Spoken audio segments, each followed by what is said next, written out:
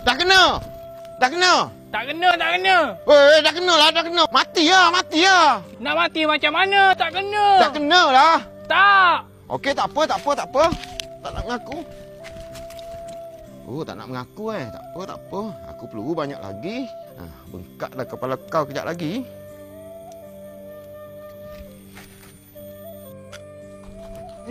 Oh, kau main kasar dengan aku ya. Kini aku buat headshot terus kau ni. Bang. Oi, musuh. Bukan. Saya hantar paksa. COD. Sini. COD RM20. Aduh, kau pun time-time macam ni lah kau nak hantar paksa. Bang. Awak, masuk. Selamat berjuang. Merdeka. Peluru aku dah sampai. Jaga kau. Ambush! Aduh! Dah kena. Tak kena lah. Habis tu kau cakap aduh tadi tu. Tangan aku ni masuk sesumbar dekat kayu ni. Kau kena ambil kepit kuku tu buang selumbar tu. Tak nak main lah aku benda ni. Habis tu nak main apa?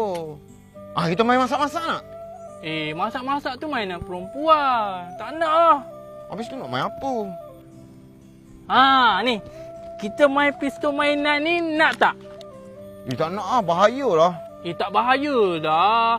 Pistol ni guna kabat je. Bunyi je lebih. Tapi tak sakit. Tak sakit lah main. Tak. Jomlah aku ajar cara main. Jom. Macam mana main ni? Senang je. Buka benda ni dulu. Macam ni. Ambil kabat. Letak dekat sini. Tutup. Lepas tu tembaklah.